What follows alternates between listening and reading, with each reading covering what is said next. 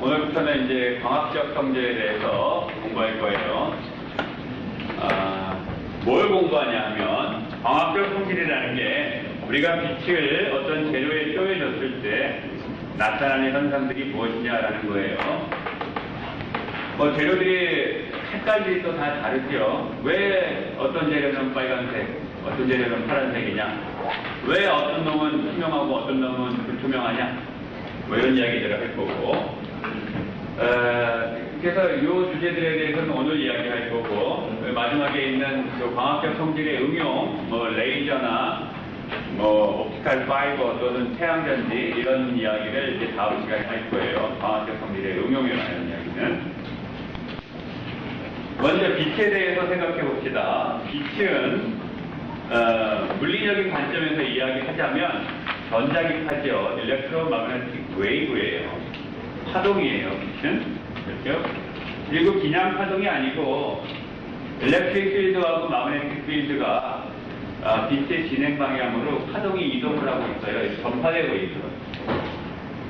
그래서 일렉트릭 필드가 이 빛의 전파 방향으로 파동이 이렇게 진행을 하고 있고, 마그네틱 필드의 파동도 마찬가지예요. 다만 이 두 개의 필드가 서로 수직을 하고 있어요. 서로 직각인 상태에서, 그러니까 E와 H가, 마그네틱 필드 H라고 하는데, 이 두 개가 수직이고, 또 이 진행 방향과 각각의 필드 컴포넌트가 또 수직이에요. 그런 상태에서 전자기파가 진행되는 게 빛이에요. 이 그림에는 마그네틱 필드 여기 하나, 마그네틱 필드 하나, 일렉트릭 필드 하나만 그려놨는데, 이렇게 있는 건 아니에요. 실제로는 일렉트릭 필드도 모든 방향으로 다 있어요. 이 진행 방향의 수직하게. 마그네틱 필드 다 마찬가지고. 근데 이제 단순화시켜서 그리기 위해서 이렇게 그린 거야. 그러니까 여러분들은 이 빛은 어떤 편광판을 지나간 편광이라고 생각하면 돼요. 어떤 편광에 대해서는 일렉트릭 필드 컴포넌트하고 마그네틱 필드 컴포넌트가 이렇게 이와 같이 진행이 돼요. 자, 이렇기 때문에 빛은 어떤 재료하고 인터랙션을 할 수밖에 없어요. 왜냐하면 재료는 원자로 구성되어 있는데 그 원자 안에는 마이너스 전하를 띠고 있는 전자들이 있죠. 차이드 파티클은 전기장이든 자기장이든 얘네들과 힘을 받으면서 서로 인터랙션을 할 수밖에 없어요. 따라서 다양한 광학적 특성이 나타나게 돼요. 그러면 빛에는 아주 다양한 종류가 존재하는데, 파동이기 때문에 이제 파장각도 설명을 하면, 파장이 굉장히 긴 라디오파부터 엑스레이를 지나 감마레이까지 굉장히 다양해요. 이 중에서 사람의 눈은 포토 디텍터인데, 사람의 눈이라는 포토 디텍터를 가지고 감지할 수 있는 빛은 여기죠. 그래서 파장으로 보면 400나노미터에서 700나노미터 정도 되는 이 정도의 파장의 빛을 사람의 눈은 감지할 수가 있어요. 그래서 사람의 눈 안으로 400에서 700나노미터 정도 되는 아시광선의 빛이 모두 들어온다라고 하면 그거를 백색으로 인식하는 거예요. 사람의 눈은 백색광 또는 흰색으로. 그리고 이 보라색 바깥을 UV, 울트라바이올렛이라고 하는 거고, 빨간색 바깥을 인프라레드, 적외선이라고 하는 거죠. 이쪽으로는 마이크로웨이브, 그 다음에 FM, AM, 또 라디오파들, 더 긴 라디오파들, 파장 짧은 쪽으로는 엑스레이, 그 다음에 감마레이이 있어요. 파장으로 보면 FM 이 좀 미터 단위야. 파장이 엄청 길죠. 파장이. 엑스레이는 옹스트롱 단위예요. 그래서 이 엑스레이는 우리가 엑스레이 디프렉션을 통해서 크리스탈 스트럭처를 알아내는 데 활용한다고 했죠. 감마레이는 우리가 실제로 접할 기회가 별로 없는 거고. 그 다음에 프리퀀시 측면에서 보면 파장이 긴 애들은 프리퀀시가 작겠죠. 파장이 짧을수록 쭉 파장이 나타나게 되지.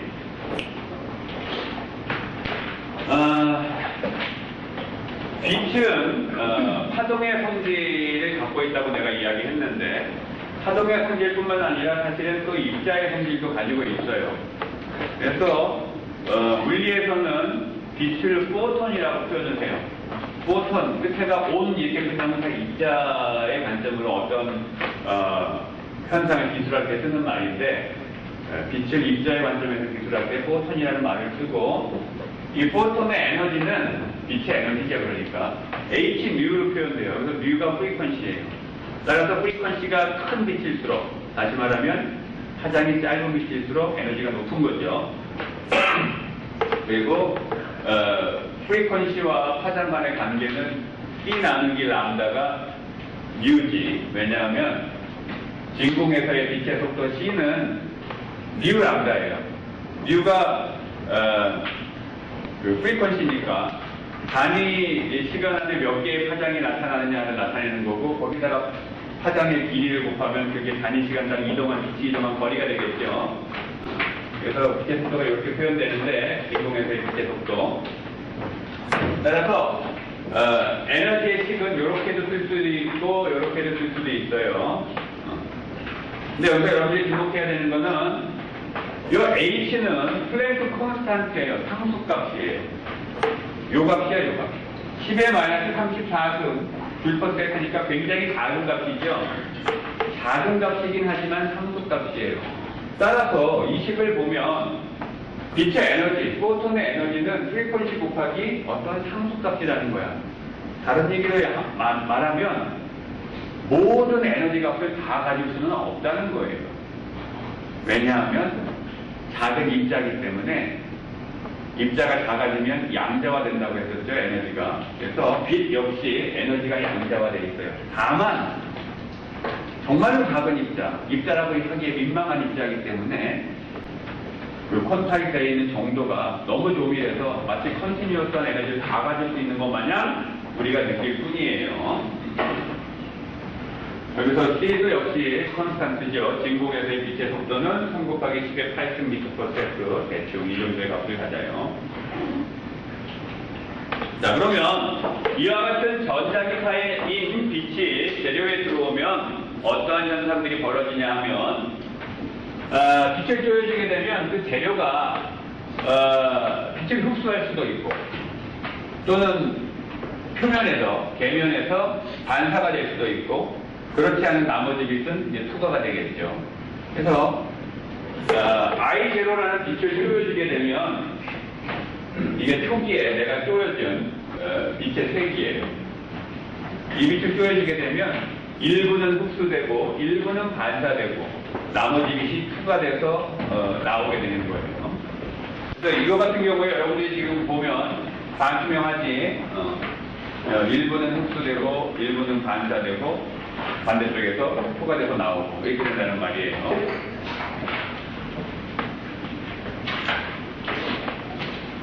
오늘 이 각각의 현상들에 대해서 투과, 흡수, 반사 이런 것들에 대해서 다 이야기할 거예요. 어떤 재료가 투명하다라고 한다면 이 두 개가 크다는 거지. 그래서 투과돼서 나오는 빛이 거의 없다. 그러면 거꾸로 얘기했는데 지금 투과돼서 나오는 빛이 많고 이 두 개가 작다라고 한다면 투명한 거고, 거꾸로 흡수나 반사되는 게 많고 투과돼서 나오는 게 적으면 불투명한 거고, 어중간하면 반투명한 거죠. 이 이야기는 같이 나오니까 그때 이야기하도록 합시다. 자, 먼저 빛이 전자기파이기 때문에 재료와 인터랙션을 한다고 했는데, 그러면 어떠한 인터랙션을 하느냐? 우리가 지난 시간에 배운 일렉트로닉 폴라리제이션을 하게 돼요. 전자기파니까 일렉트릭 필드가 없을 때 어떤 원자는 이와 같이 스페셜한 일렉트론 클라우드를 갖고 있을 텐데 필드를 가하게 되면 이제 찌그러진다고 했었죠. 근데 우리가 외부에서 일부러 전기장을 가해도 그런 일이 벌어지지만 빛이 지나가도 마찬가지예요. 거기에 전기장 성분이 있기 때문에 전기장 성분에 의해서 전자 부름이 찌그러지게 되고, 폴라리제이션이 일로 있냐에 따라서 일렉트릭 필드가 일로 있냐에 따라서 이 폴라리제이션의 방향도 계속 바뀌게 되겠죠. 빛이 진행하면서 전기장의 방향이 바뀌기 때문에 계속 바뀌게 돼요. 이와 같은 일렉트로닉 폴라리제이션이 빛이 지나갈 때 재료 안에서 일어나게 돼요. 그러면 이와 같은 일렉트로닉 폴라리제이션 때문에 재료 안에서는 어떤 일이 벌어지냐 하면 소위 말해서 일렉트로닉 트랜지션이라는 게 일어나게 돼요. 전이. 지금 여기에 있는 그림은 원자 하나에 관한 에너지 레벨을 표현해 놓은 거예요. 고립되어 있는 원자 하나, 어떤 원자가 여러 개 있는 솔리드를 얘기하는 게 아니고 원자 하나. 그러면 이 원자 하나 같은 경우에는 에너지 레벨이 띄엄 있겠죠? 띄엄 있을 거예요. 여기에 어떤 빛이 들어오면 그 빛이 들어온 빛의 에너지가 그게 H 누로 표현을 했던 H 람다분의 T로 표현을 했던 그 에너지가 에너지 레벨 사이의 간격과 일치할 때 그 빛이 흡수가 돼요. 예를 들면 내가 쏴준 빛이 E2라는 에너지 레벨과 E4라는 에너지 레벨 이 차이만큼에 해당하는 에너지가 딱 들어오게 되면 이 전자가 여기로 올라갈 수 있게 되는 거예요.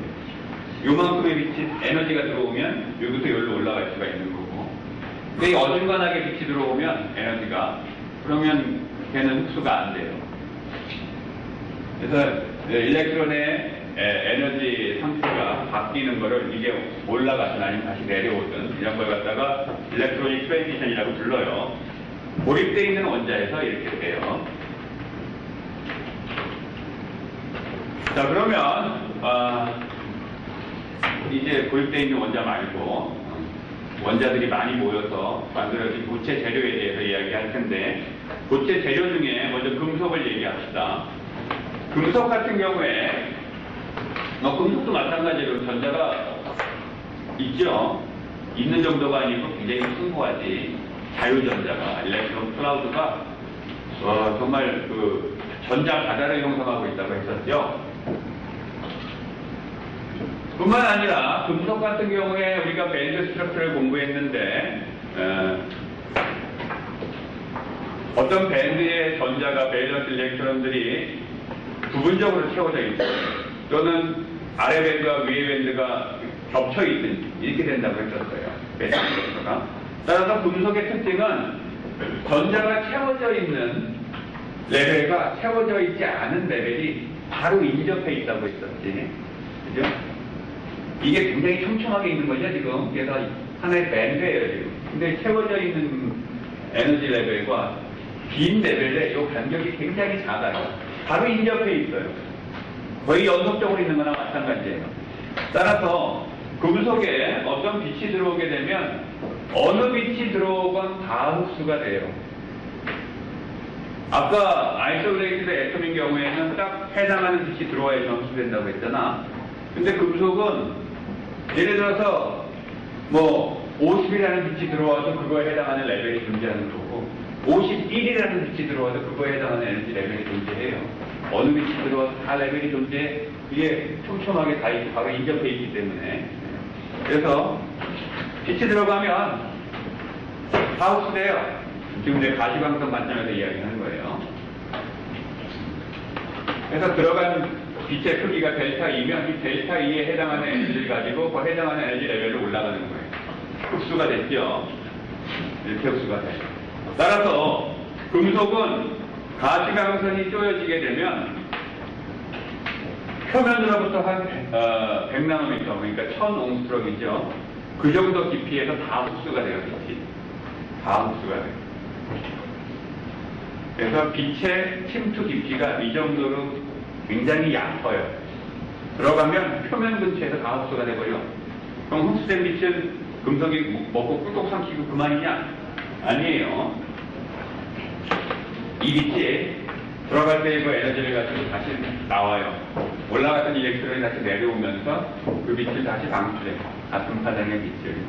따라서 빛이 금속 표면에 쪼여지면 금속 표면으로부터 아주 얇은 두께에서 흡수했다가 다시 방출되는 거예요. 그래서 우리가 같은 파장을 가지고, 그래서 금속의 특징은 굉장히 반사가 잘 되죠. 그죠? 그래서 빛이 반사되는 정도를 리플렉티비티라고 하고 정의를 I0분의 IR을 정의해요. I0는 쪼여준 빛, 새 색이. IR은 반사된 빛의 색이에요. 그러니까 100을 쪼여줘서 80이 반사됐으면 리플렉티비티는 0.8 이렇게 되는 거예요. 금속 같은 경우에는 90%에서 95%가 반사된다는 말이에요. 100을 쪼여주면 90에서 95%가 반사돼요. 빛이 흡수됐다가 다 그냥 다시 리에미션돼서 나오는 거예요. 같은 파장해가지고 아주 일부만 흡수돼요. 그럼 이 일부 흡수된 빛은 어떻게 되느냐? 빛으로 안 나오고 뭐 하는 거냐 얘는 서멀 디케이 하는 거예요. 서멀 디케이. 금속에다가 빛을 오래 쪼여주면 금속이 따뜻해지죠. 모든 빛을 오래 쪼여주면 따뜻해지잖아. 그게 높은 에너지 상태로 올라간 전자들 중에 다시 원래 레벨로 떨어지면서 빛으로 방출할 수도 있지만 열로 방출할 수도 있거든, 에너지를 서서히. 그래서 일부는 흡수되지만 대부분을 방출하게 돼요. 그래서 이 결과로 많은 금속이 은처럼, 금속빛 하면 은빛을 얘기하죠. 이것처럼 보통 이런 색깔을 띠면서 반짝반짝 빛나. 그 이유가 빛이 들어가서 표면에서 살짝 아주 얇은 두께가 가우스에다가 다 방출해 보이는 거예요. 근데 가시광선 영역에 있는 모든 파장의 빛을 같은 방식으로 대응한단 말이에요. 따라서 백색광이 다 흡수됐다가 백색광이 다시 방출되는 거야. 그럼 우리 눈에는 백색으로 보여야지. 근데 거의 다 들어간 빛이 다 방출돼서 나오기 때문에 반사가 잘 되니까 반짝반짝하게 보이는 거죠. 샤이니하게. 근데 어떤 금속은 커퍼나 골드처럼 뭐 노란색이거나 약간 붉은수로만 노란색이거나 그래요. 그지? 걔네들은 왜 그러냐 하면 가시광선 파장 중에 일부는 흡수가 되는 거예요. 일부는 흡수가 되고 나머지 파장만 방출이 되는 거야. 따라서 그런 경우에는 커퍼나 골드는 어느 걸 흡수하냐. 블루나 그린이 흡수된대요. 그리고 나머지가 방출이 돼. 그래서 이런 색깔을 갖게 돼요.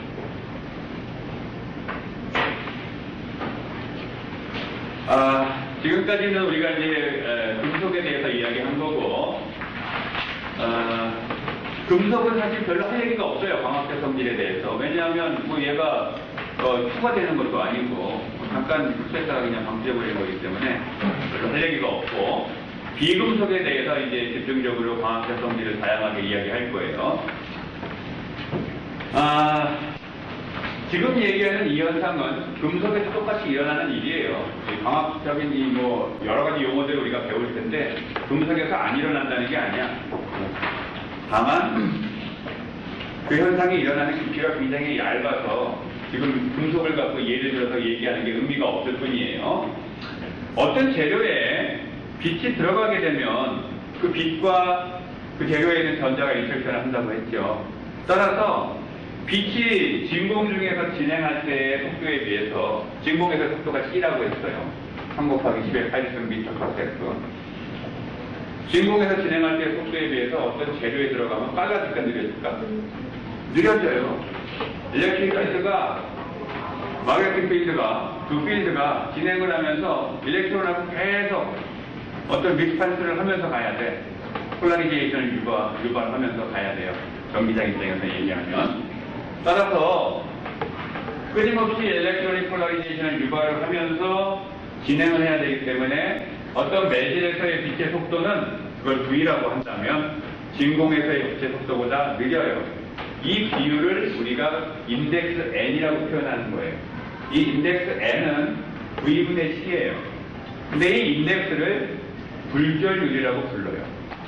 리플렉티브 인덱스라고. 그 이유는 내가 뒤에서 설명을 할게요. 왜 이 인덱스를 굴절율이라고 부르는지는 어찌됐건 V분의 C가 굴절율이에요. 이 굴절율이 예를 들어서 2다 라고 한다면 굴절율이 2인 그 재료 안에서의 빛의 속도는 진공에서 속도의 절반밖에 안 된다 이 말이에요. 그렇죠? 그래서 굴절율이 크면 클수록 일렉트로닉 폴라리제이션이 많이 일어나고 있구나. 우리가 이렇게 생각할 수 있는 거예요. 여기서 이 표를 보면 다양한 재료의 불전력 값들이 있죠. 뭐 유리는 1.5에서 1.7이고 쭉 있는데, 만약에 우리가 유리는 주로 실리콘하고 탄소가 구성분이죠. 거기에 다양한 이제 금속 이온들이 첨가되어 있는데, 의도적으로 납을 첨가했다고 생각을 해봅시다. 납은 꽤 등치가 큰 헤비메탈 중에 하나죠. 헤비메탈이라는 건 뭐야? 전자가 많다는 얘기예요, 전자가. 예. 따라서 이런 애들이 첨가되면 어떻게 되겠어? 빛이 지나갈 때 더 인터랙션 해야 되는 전자들이 많아지는 거죠. 따라서 이런 애들이 첨가되면 불전력 값은 더 커지게 돼요. 왜냐하면 그 매질에서의 빛의 전파 속도가 느려지니까. 또 불전력에 영향을 주는 거는 포러스티도 영향을 줘요. 재료가 포러스하면 포러스할수록 불전력 값은 어떻게 될까? 그러니까 포러스라기보다는 사실은 데인시티 값이 낮으면 낮을수록 불전력 값은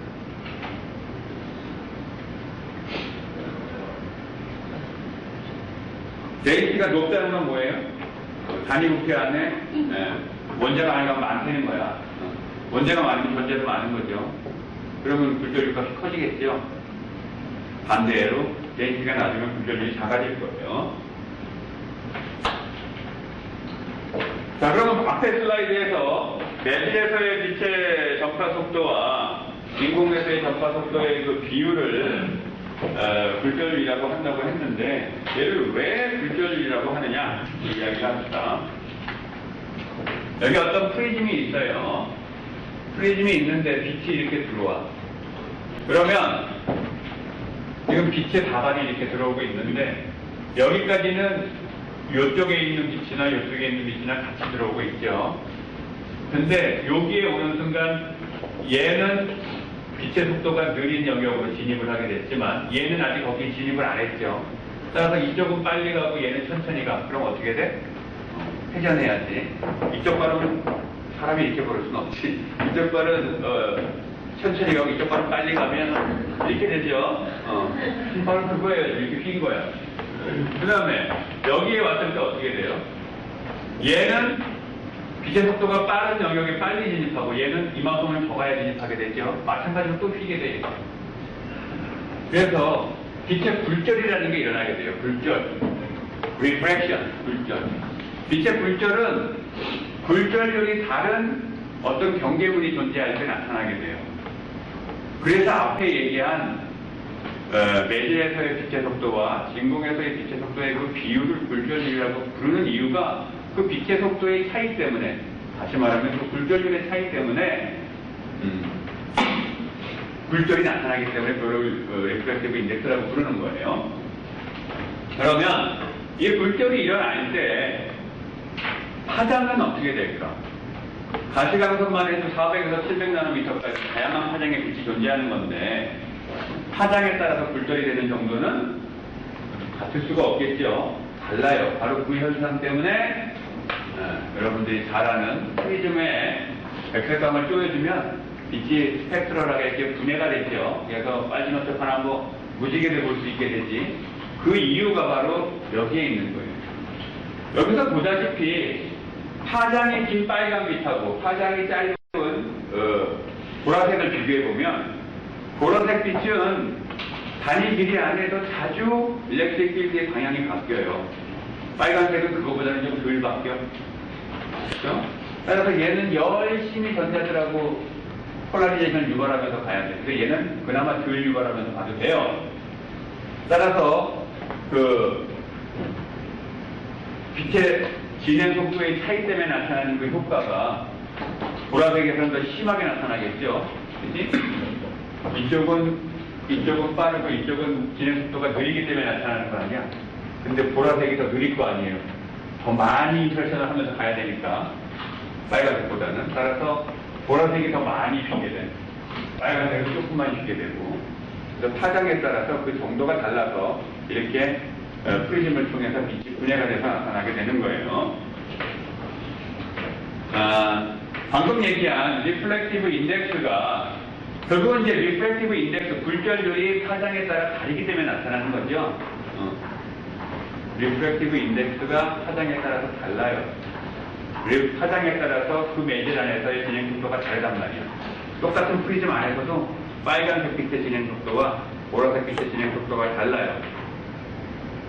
다시 말하면 파장에 따라서 굴절률이 달라. 유리의 굴절률이 파장에 따라서 다 다르단 말이에요. 그 현상을 디스퍼션이라고 불러요. 디스퍼션. 다른 말로 얘기하면 굴절률은 파장의 함수예요. N은 이렇게 표현할 수 있다 이 말이에요. 람다의 함수예요. 이거 그 이유 때문에 우리가 프리즘을 통해서 레인보우를 볼 수 있는 거다라는 얘기고. 자, 그 다음에 앞부분에서 진공에서의 빛의 속도가 C라고 하고 그게 3 곱하기 10의 8승/ms라고 했는데 진공에서의 빛의 속도는 결국은 상수죠. 그러니까 그거를 더 빠르게 해줄 방법도 없고 더 느리게 해줄 방법도 없어요. 똑같아요. 진공에서의 빛의 속도는. 그러면 왜 상수가 되느냐? 물리적으로 보면 이렇게 돼요. 빛의 속도는 이 에플런 제로가 뭐예요? 우리가 지난 시간에 배운 일렉트릭 퍼미티비티예요. 백큐메. 그죠? 백큐메 전구를 갖다 놓고 일렉트릭 필드를 걸면 서피스 차지가 유도가 되는데 그 서피스 차지 데인시티는 일렉트릭 필드를 세게 해주면 더 많이 생긴다고 했죠? 그때 뒤에 상수가 요거였잖아. 그렇죠? 이거와 유사하게 마그네틱 필드에 대해서도 퍼미어빌러티라고 하는 놈이 있어요. 얘도 유니버설 콘스탄트예요. 얘도 콘스탄트고 요게 유전율, 요게 투자율이라고 부르는 건데 퍼미티비티, 퍼미어빌러티 이 두 개의 곱과 연관되어 있어요. 왜 그러겠어? 빛이 전자기파니까 전기장과 관련된 유니버설 콘스탄트, 자기장과 관련된 유니버설 콘스탄트 이 조합에 의해서 빛의 속도가 결정되는 거예요. 마찬가지로 어떤 매질에서도 매질에서의 빛의 전파 속도는 똑같은 식으로 표현돼요. 다만 그 매질의 퍼미티비티와 퍼미어빌리티 값을 쓰면 돼요. 이렇게 돼. 그러면 굴절률을 이 두 식으로 구해봅시다. 식이 이렇게 되겠죠. V분의 T니까 뒤집혀가지고 이렇게 되고 에필론 제로분의 에필론 이걸 뭐라고 한다고 했어 지난 시간에? Relative Permittivity. 그렇죠? 마찬가지로 뮤 제로분의 뮤 이거를 Relative Permeability라고 불러요. 이 Relative Permittivity는 다른 말로 뭐야? 유전상수, Dielectric Constant이었어요. 따라서 굴절률과 유전상수가 연관되어 있어요. 굴절률과 유전상수가. 이걸 단추면 있어야지. 굴절률과 유전상수가 루트의 모양으로 루트 유전상수가 굴절률과 연관되어 있어요. 물론 여기에 렐러티브 퍼미어빌리티도 있어요. 하지만 많은 고체 재료는 극히 일부만 자성 재료지 대부분은 자성이 없어요. 따라서 자성 재료가 아닌 놈들은 이 렐러티브 퍼미어빌리티가 거의 1이에요. 1. 그러니까 얘를 무시해도 돼. 따라서 N은 굴절률 N은 루트 유전상수예요. 루트 유전상수. 신기하죠? 근데 신기할 게 없어. 굴절률이라는 게 왜 나타났어? 매질 안에서 빛의 속도가 느려지기 때문에 나타났죠. 매질 안에서 빛의 속도가 왜 느려졌어? 빛에 있는 전기장이 일렉트론과 리스판스 하면서 인터랙션 하면서 일렉트론이 폴라리제이션을 일으키고 다니기 때문에 생긴 거였잖아요. 유전상수 지난 시간에 공부할 때 유전상수에 기여하는 컴포넌트가 세 가지가 있었죠. 일렉트로닉 폴라리제이션, 아이오닉 폴라리제이션, 오리엔테이션 폴라리제이션 이 세 가지가 있었죠. 근데 얘네들이 프리퀀시에 디펜던트 했어요. 그래서 프리퀀시가 빨리 움직일수록 제일 먼저 오리엔테이션 폴라리제이션은 그 속도를 못 쫓아갔었고 그 다음에 아이오닉 나중에 가서 살아남는 게 일렉트로닉 폴라리제이션이었어요. 근데 빛은 어때요? 전기장의 방향이 굉장히 빠른 속도로 바뀌는 거야. 플러스 마이너스가. 따라서 살아남을 수 있는 거는 일렉트로닉 폴라리제이션밖에 없는 거죠. 그래서 여기에서 말하는 굴절률 N이라는 거는 뭐하고 연관되는 거냐 하면 유전상수와 연관되는데 이때 이 유전상수는 일렉트로닉 폴라리제이션이 기여해서 만드는 유전상수라는 거예요. 일렉트로닉 폴라리제이션이 기여해서 만드는 그 유전상수와 굴절률이 이 식에 의해서 표현되는 거죠. 예를 들어서 AL2O3의 굴절률이 한 1.7 근처예요. 1.7. 근데 그러면 이게 1.7이면 양쪽을 제곱하면 유전상수가 나와야 된다는 거잖아. 1.7 제곱해봐야 4도 안 되죠. 근데 AL2O3의 유전상수는 대충 만들어도 한 7, 잘 만들면 한 9 이렇게 돼요. 훨씬 커. 왜 그럴까? 일렉트로닉 폴라리제이션 말고 실제로 캐페이터로 만들어서 정기적으로 측정을 하면 아이오닉 폴라리제이션도 기여하기 때문에 그래요.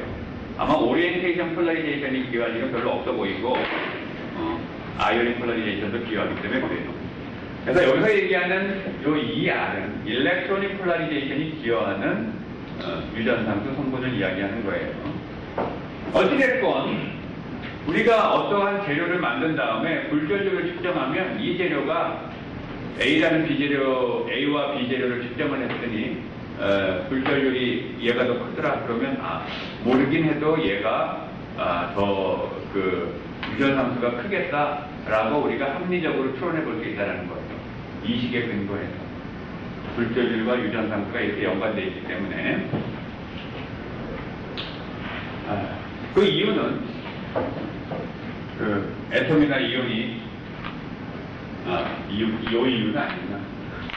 앞에서 우리가 유리에다가 레드를 집어넣었더니 굴절률이 커졌죠. 그걸 설명하는 거예요. 일반적으로 애톰이나 이온들이 이제 커지면, 헤비해지면 그 안에 전자가 많이 있으니까 일렉트로닉 폴라리제이션이 많이 나타나게 될 거고, 그러면 빛의 속도는 더 많이 들어지게 될 거고, 더 많이 들어지면 굴절률은 커지겠죠.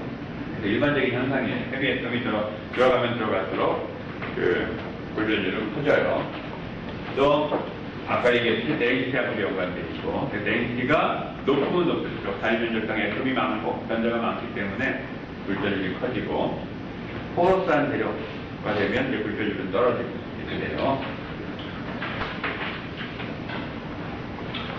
자, 지금까지 이제 굴절에 대해서 이야기했고,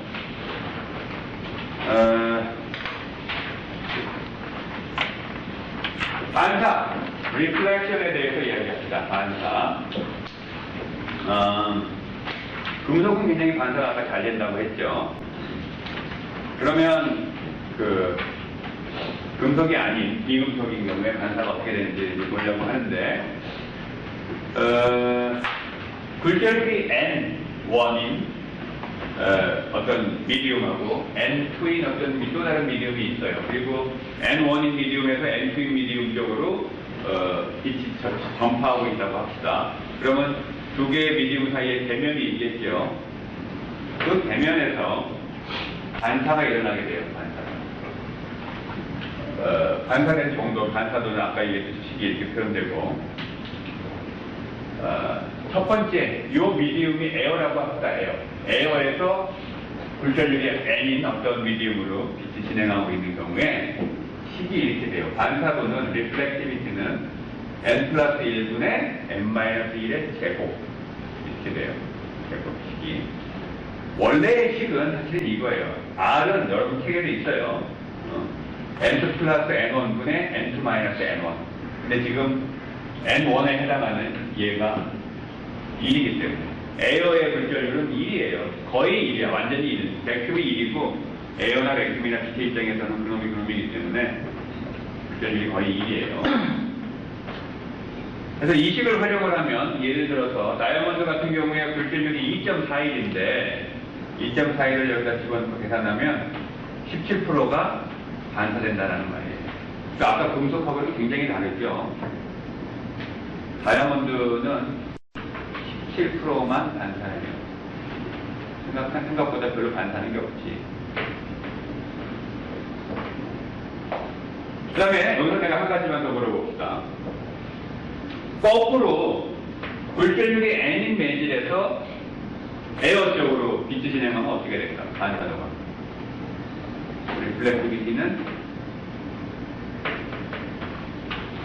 똑같아요. 저게 이렇게 바뀌어야 되겠지. 하지만 제곱이 있으니까 똑같아.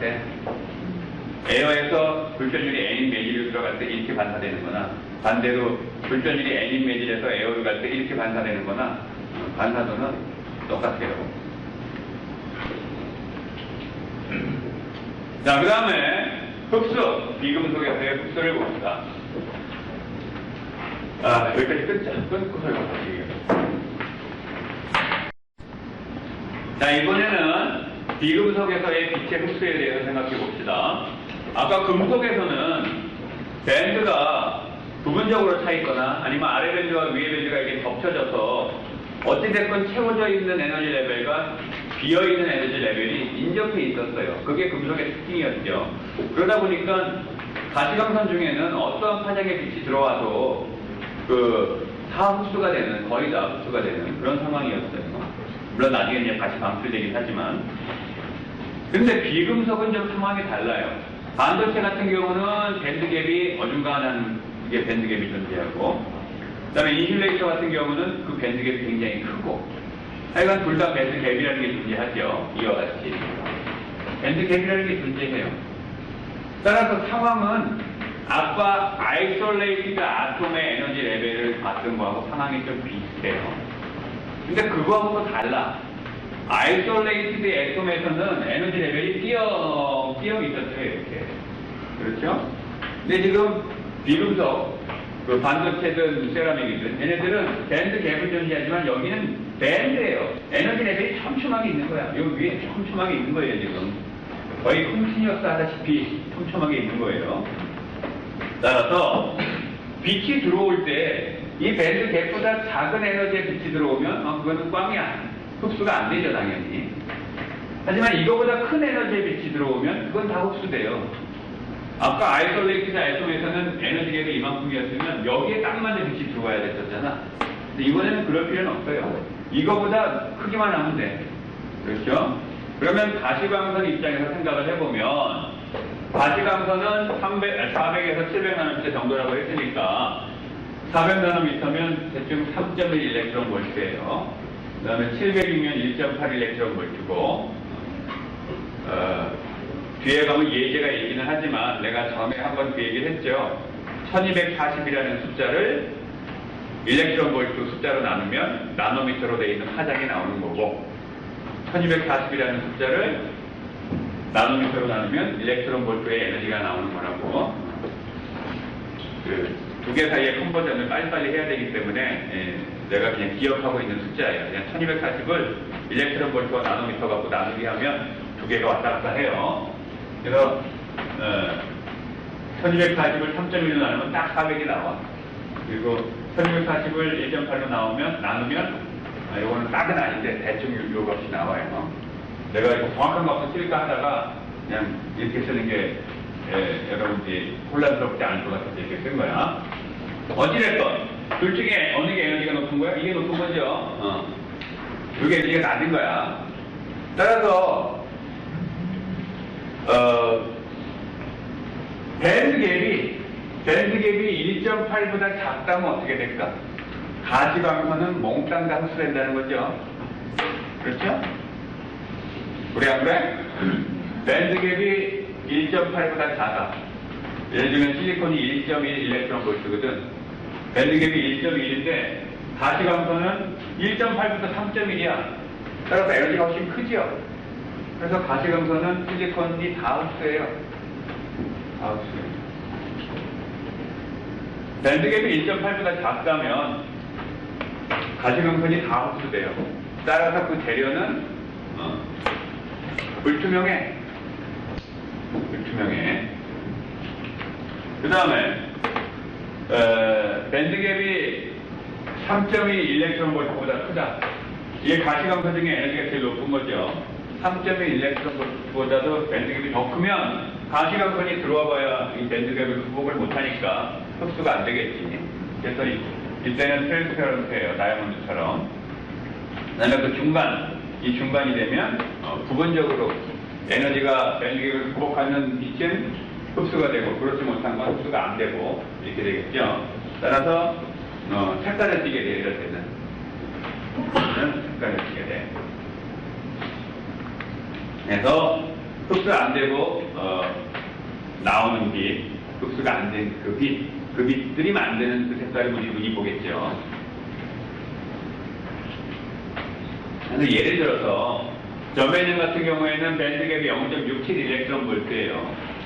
내가 아까 말한 1240 갖고 나눈다는 게 이거야. 이 식을 쓴 거지. 람다. 에너지는 람다분의 hc니까 람다를 구하려면 밴드갭으로 hc를 나눠야 되겠죠. 계산하면 1860 나노미터예요. 그죠? 1860 나노미터면 IR이야. 그지?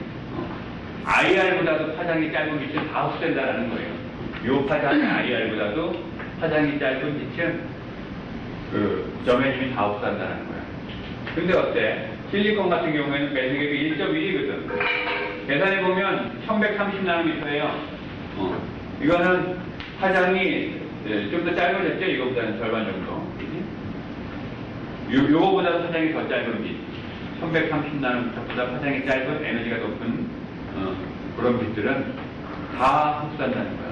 다시 말하면 얘도 그렇고 얘도 그렇고 같이 가는 거는 몽땅 다 흡수한다는 거죠. 몽땅 다 흡수한다는 거예요. 그런데 지금 이 계산은 도펀트가 없을 때 얘기고 실리콘의 밴드갭이 1.1인데 여기에 도펀트가 있으면 도펀트는 도너 레벨이 여기 생길 거고 억택터는 이쪽에 생길 거예요. 그러면 빛은 여기에서 도너 레벨로 올라갈 수도 있어요. 그렇기 때문에 이거보다 파장이 짧아도 1.1보다 파장이 짧아도 여기에 어떤 디펙트 레벨 또는 도너나 억택트 레벨이 있냐에 따라서 파장이 짧은 빛도 흡수될 수도 있죠. 그렇죠?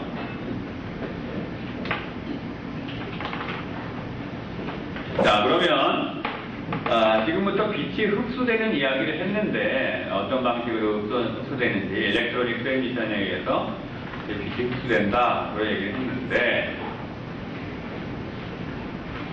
얼마나 많이 흡수되냐? 얼마나 많이 흡수되냐? 그걸 한번 봅시다. 그거를 이 비어스로라는 이 법칙 가지고 이야기해요. 여기 보면은 뭐 프라임도 달려있고 이런데 이게 뭐냐 하면 어떤 재료에 불결률이 n인 어떤 재료 안으로 빛이 진입을 했어. 그 진입한 빛의 색이에요. 여기 이런 재료가 있어. 이게 재료의 단면이에요. 빛이 여기에 오면 들어온 빛이 일부는 반사되겠지. 그리고 그거를 뺀 나머지 빛이 이 안으로 진입할 거예요. 여기 이 안으로 진입한 빛의 색이 그게 요거예요. 그 다음에 이 빛이 요 길이가 L이라고 한다면 이 길이를 진행하는 동안 흡수가 돼갖고 빛의 세기가 점점점 줄어들겠죠. 그리고 줄어들 건 줄어들고 살아남은 빛, 여기까지 왔을 때 살아남은 빛, 그 빛의 세기가 요거예요. 그러니까 요 I0 프라임은 반사되지 않고 그 재료 안으로 진입한 빛의 색이고 IT 프라임은 뭐 이렇게 써 있는데 더 내가 알기 쉽게 얘기하면 길이 L을 진행하고 나서 빛이 길이 L을 진행하고 나서 흡수가 되고 이제 많이 세기가 줄어들었을 텐데 살아남은 빛의 색이에요. 살아남은 빛의 색이. 자, 그러면 이게 무슨 말이냐? 내가 100이라는 빛을 쪼여줬어. 어떤 재료에. 그랬더니 뭐 20은 반사돼 버리고 80이라는 빛이 재료 안으로 진입했다고 칩시다. 그럼 이게 80이 되겠죠. 그 다음에 L이라는 길이를 빛이 진행했어. 80이라는 빛이. 근데 진행하는 동안 뭐 한 30 까먹었어. 그러면 L이라는 길이를 진행하는 동안 추가된 빛의 세기는 50이 되는 거예요. 50이. 30 까먹고 살아남은 빛의 세기는 50이다 이거다. 그러면 얼마나 까먹느냐? 요 익스포넨셜 텀에 의해서 까먹는다는 거예요. L 진행 거리가 빛이 전파된 길이가 길면 길수록 많이 까먹고 베타 이게 업서프션 코이피언트라는 거예요. 흡수계수. 이 업서프션 코이피언트 값이 클수록 똑같은 길이를 진행을 해서 빛을 많이 까먹는다는 거예요. 따라서 업섭션 코에피션트가 큰 재료는 업섭션 코에피션트가 작은 재료에 비해서 투명하기가 쉽지 않겠죠. 이제 빛이 많이 흡수할 테니까. 이 업섭션 코에피션트는 재료의 종류에 의존해요. 재료에 따라서 달라. 또한 파장에도 의존하겠죠. 똑같은 재료라도 파장 700나노미터 빛을 흡수하는 정도와 400나노미터를 흡수하는 정도가 다를 수 있으니까 이 업섭션 코에피션트 역시 람다 파장의 함수예요.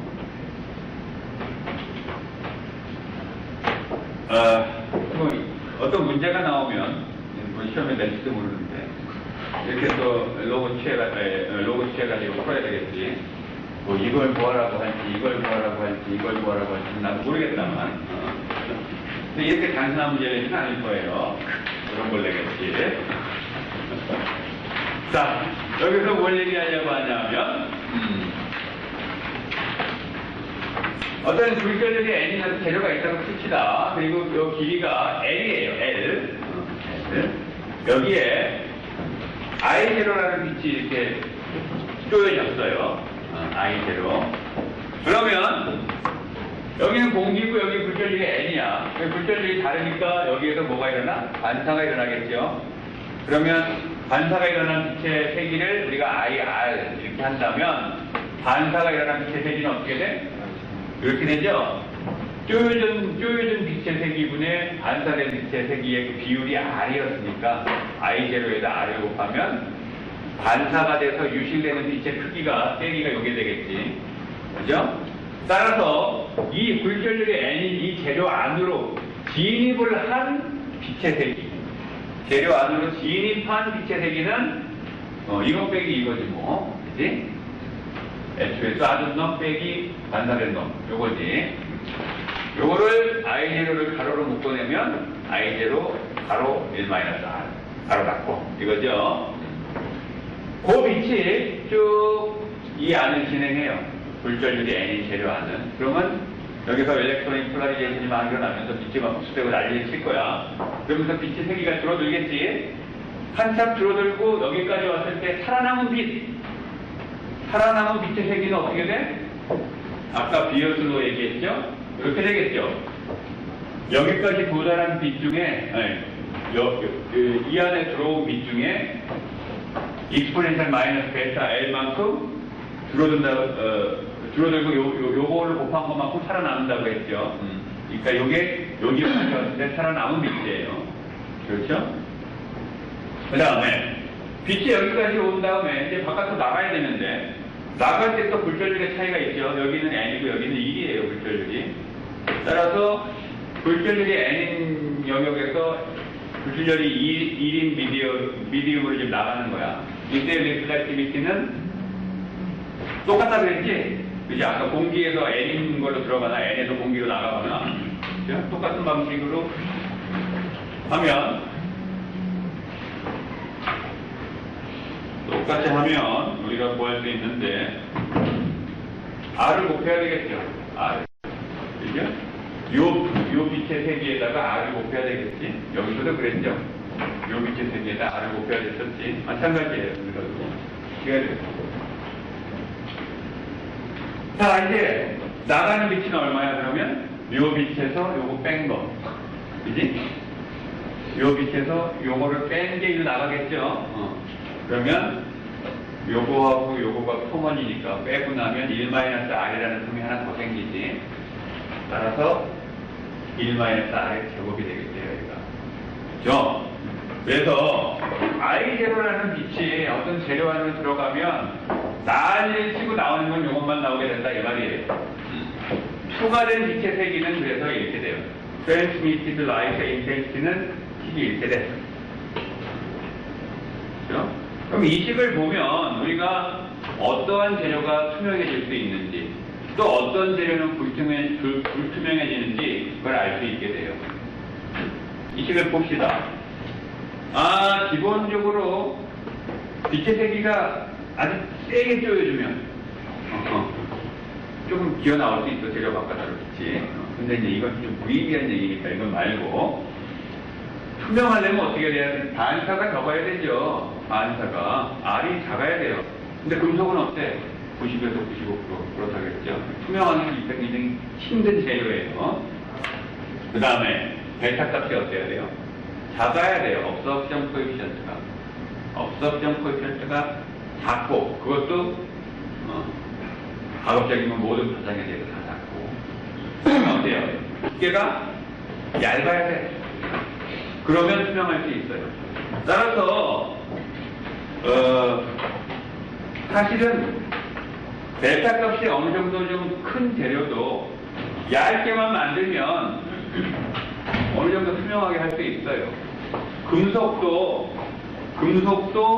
유리에다가 증착을 해보면 한 100옹스트럼 정도 금속을 증착하잖아. 그러면 이 정도를 보여요. 유리에다가 정말 이렇게 이거보다 한 이 정도는 돼. 이 정도는 내 얼굴 보이죠? 이 정도 돼. 얇게만 하면 이게 델타 값이 작을수록 좋아요. 이 흙속에서, 이 흙감에서 업소션 코에피션트 값이 작은 재료들은 두꺼워도 투명하죠. 아까 얘기했던 다이아몬드, 물방울 다이아몬드도 투명해요. 나는 구경은 못했지만 사진을 보니까 투명하더라고. 그다음에 반사는 잡아야 되고.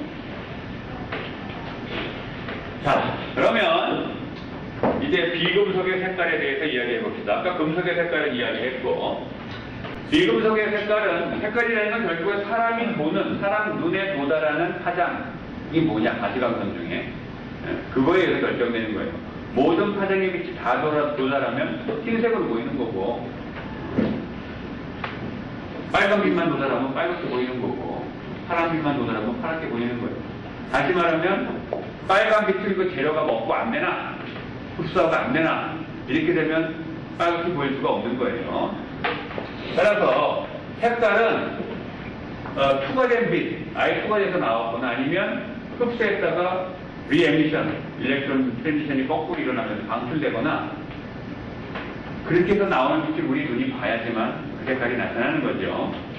그래서 예를 들면 캐드뮴 설파이드 같은 경우에 밴드갭이 2.4예요. 2.4를 파장으로 보면 517나노미터 정도나. 따라서 이 밴드갭보다 큰 에너지의 빛이 들어오면 그건 다 흡수되는 거죠.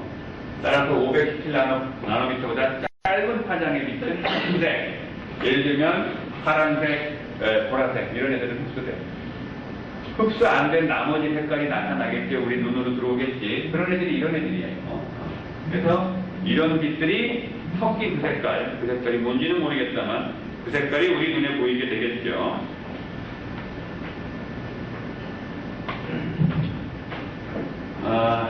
그 다음에 루비 결혼 예물 할 때 하나씩 해야 되는, 나는 우리 와이프한테 해줬던 루비가 무슨 색깔인지 알아요? 빨간색이에요. 나도 몰랐어. 결혼하기 전에는 빨간색이 있었더니 빨간색. 루비는 기본적으로 사파이어에다가 크로뮴 옥사이드가 소량 들어가 있는 그러한 광물이에요. 근데 사파이어는 밴드갭이 무지하게 커요. 밴드갭이 대충 9년 정도 이렇게 돼. 그러니까 얘는 반드시 투명해야 돼. 순수한 사파이어라면. 안 투명하면 이상한 거야. 근데 여기다 크로뮴 옥사이드를 집어넣으면 크로뮴 옥사이드가 이 넓은 밴드갭 안에 어떤 또 레벨들을 만들 거 아니야. 그래서 실질적인 밴드갭이 작아지게 돼요. 밴드갭이 작아지게 돼. 많이 작아졌나봐. 그래서 이런 빛들이 다 흡수되는데, 많이 흡수하네. 그래서 남은 게 빨간색이래, 빨갛게 보인다는 거예요. 실제로 이게 그 스펙트럼인데, 가시광선 영역에 대해서 사파이어를 투과도를 찍은 거예요. 이 투과도라는 건 뭐냐면 내가 쪼여진 빛 I0분의 투과돼서 나온 빛 IT 그 비율을 얘기하는 거야. 그래서 100% 그러면 다 투과해서 나온다는 거예요. 사파이어는 가시광선 전파장에 대해서 투과도가 상당히 좋죠. 한 70% 이상 돼요. 그런데 요 크로미움 옥사이드가 도핑되어 있는, 들어가 있는 루비는 여기서 흡수가 왕창되고, 많이 되고, 여기서도 많이 되고, 그렇죠? 그래서 결과적으로 이쪽에 빨간색, 여기도 좀 흡수가 덜 되네. 이 색깔하고, 요게 섞여진 색깔로 해갖고, 우리 눈에 이제 빨갛게 보이는 거다라는 거예요.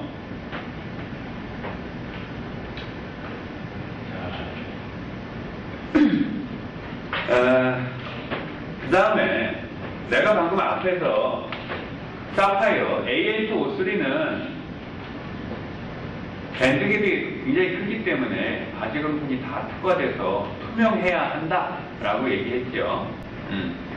근데 투명하지 않을 수도 있어요. 투명하지 않을 수도 있어. 어떻게 하면 되느냐면 이 그림 전에도 한번 봤었죠. 우리 한번 공부했던 거지. 본질적으로 사파이어는 투명해야만 하는 재료예요. 그럼에도 불구하고 반투명하거나 불투명할 수 있어요. 어떻게 하면? 스캐터링이 그 재료 안에서 많이 일어나면 돼요.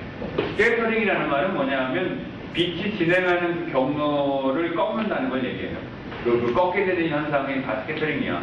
그러니까 반사니 굴절 이게 다 스캐터링이에요. 그래서 그 이 재료 안에 굴절력이 다른 어떠한 부분들이 공존하게 되면, 그러면 굴절력이 다른 그 경계면을 빛이 지나갈 때 굴절도 일어나고 반사도 일어나고 해야 될 거 아니에요. 그러면 스캐터링이 많이 일어나게 되겠죠. 그래서 재료가 만들어지는 과정에서 굴절력 차이가 나는 어떤 영역들이 막 존재하게 되면 스캐터링에 의해서 빛의 세기가 재료 안에서 감소하게 되겠지. 그래서 바깥으로 나오는 빛이 없어지게 돼요. 그 결과로 반투명하거나 불투명해질 수 있는 거예요. 그래서 그러면 재료 안에 존재할 수 있는 굴절력이 다른 부분들이 뭐가 있냐? 포호가 있으면 거기는 에어가 있는 거죠. 그래서 솔리드와 에어가 공존하는 것처럼 돼버리는 거니까 그런 데서 다 스캐터링이 일어날 거고, 또는 포호까지는 아니더라도 그레인 바운더리가 존재하면 그레인과 그레인 사이에 있는 바운더리는 또 거기도 빛이 스캐터링 할 수 있는 경계면들이 존재하잖아. 그래서 이런 애들이 있게 되면 빛의 세기가 감소할 수밖에 없어요. 따라서 이게 세 가지가 다 AL2O3인데 사파이어인데 결국은 싱글 크리스탈로 만들면 투명해요. 본질적으로 투명해야 하니까. 근데 폴리크리스탈로 만드니까, 다시 말하면 그레인과 그레인은 싱글 크리스탈인데 그 사이에 바운더리가 있다는 거지. 그런 데서 또 스캐터링이 일어나니까 투명은 한데 반투명해. 이거 지금 슬라이드는 이렇게 보여도 책 보면은 뒤에 빛이 좀 보여요. 그 다음에 얘는 만들 때 아예 포호가 이 안에 많이 있게 만든 거예요. 그레인 바운더리 정도가 아니고 실제로 이 안에 포호가 둥둥둥둥 있게. 그러면 너무 스캐터링이 많이 일어났었고 아예 불투명한 것처럼 오페이크한 걸로 보이게 돼요. 비슷한 이야기가 폴리머에서도 전개될 수 있어요. 폴리머도 보면 지금 여기 광역이 갖고 있는 저 물병 투명하죠? 그지? 근데 어떤 폴리머는 그거는 이제 착색을 한 거고, 착색을 하나도 안 했는데도 어떤 폴리머는 불투명한 것들이 있어요. 우유병 같은 것들. 자, 이거 왜 그러냐면, 폴리머는 기본적으로 싱글 크리스탈은 못 만들지. 싱글 크리스탈은 못 만들어요. 그래서 폴리머를 아머포스나 포가 없는 형태로 만들게 되면, 그러면 빛이 다 투과해가지고 스캐터링 없이 투과해서 투명하게 만들 수가 있어요. 그런데 폴리머도 폴리머라는 게 이제 결국 체인이 굉장히 길어서 기본적으로 싱글 크리스탈은 못 만들지만, 폴리머 체인에 따라서는 마치 손가락이 이렇게 있으면 이 부분은 결정성이 좀 있잖아. 그치? 여기도 좀 그렇고. 그래서 폴리머 체인이 있으면 군데군데 이렇게 결정성이 있을 수가 있어요. 이렇게. 그런 걸 폴리크리스탈라인한 폴리머라고 하는데, 이런 결정성이 좀 있는 이런 폴리머는 빛이 지나가는 입장에서 보면 이 결정성이 있는 영역과 그렇지 않은 영역의 굴절력이 다른 거예요, 결국은. 그래서 굴절력이 다른 두 가지 영역이 같이 존재하는 거기 때문에 그런 데서 또 스캐터링이 일어나요. 그러면 빛의 세기가 줄어들 거고, 심한 경우에는 불투명하게도 만들 수 있어요. 불투명하게도. 크리스탈리티가 많이 두어져서 이런 게 굉장히 많이 존재하게 되면 불투명하게까지도 만들 수가 있어요. 예를 들어서 폴리스타이렌하고 폴리에틸렌인데, 폴리에틸렌이 불투명해요. 이게 크리스탈리티가 좋아서. 폴리에틸렌은 CH2, CH2 이게 그냥 계속 반복되어 있는 거야. 차곡차곡 쌓아질 가능성이 높겠죠. 근데 폴리스타이렌은 기본적인 골격은 유사한데 여기에 H 하나 대신에 벤젠고리가 이렇게 들어가 있는 거예요. CH2, CH에 벤젠고리 이렇게. 따라서 얘는 패킹이 안 될 거 아니야. 그치? 그래서 얘는 아모포스하기 때문에 투명하고 이 폴리에틸렌은 불투명하게까지도 만들 수가 있어요. 그래서 어떤 재료의 투명도는 만드는 방식, 어떻게 만드냐 가지고도 들어가 있어요. 물질 고유의 인트린식한 프로퍼티에 의해서 결정되기도 하지만 만드는 방식에 의해서도 달라지게 돼요. 뭐 유리만 해도 그렇잖아. 똑같은 유리도 표면을 굉장히 거칠게 해놓으면은